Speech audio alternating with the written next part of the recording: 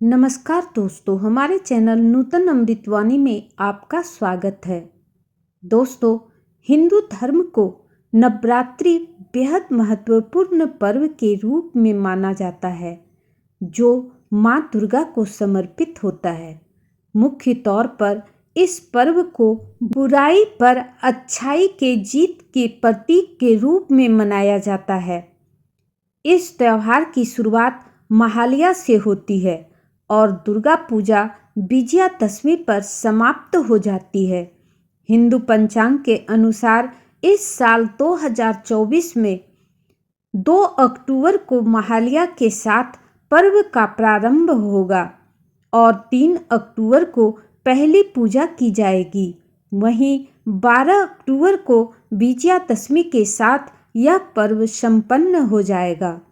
दोस्तों, अब मैं बताती हूँ कि हिंदू धर्म में महालया का क्या महत्व है। धार्मिक मान्यता के अनुसार महालया पितृपक्ष श्राद्ध की अवधि का 16वां दिन होता है। महालया 16 दिवसीय पितृपक्ष के अंत का प्रतीक है। महालया माँ दुर्गा का धरती पर आगमन का दिन होता है। माना जाता है कि देवी दुर्गा माता अपनी मायके यानी कि पृथ्वी की ओर यात्रा प्रारंभ करती हैं, यानी कि पृथ्वी पर पधारती हैं, आती हैं। इस दिन को दुर्गा पूजा की शुरुआत का प्रतीक भी माना जाता है। इस साल पितृपक्ष का आखिरी दिन 2 अक्टूबर को है, इसलिए महालया 2 अक्टूबर को ही मनाया जाएगा। इसे महालया अमावस्या या सर्वपितृ अमावस्या के नाम से भी जाना जाता है। अगले दिन ही शारदीय नवरात्रि की कलश स्थापना की जाती है। माना जाता है कि ब्रह्मा, विष्णु और महेश ने राक्षस राज महिषासुर को हराने के लिए माँ दुर्गा की रचना की थी।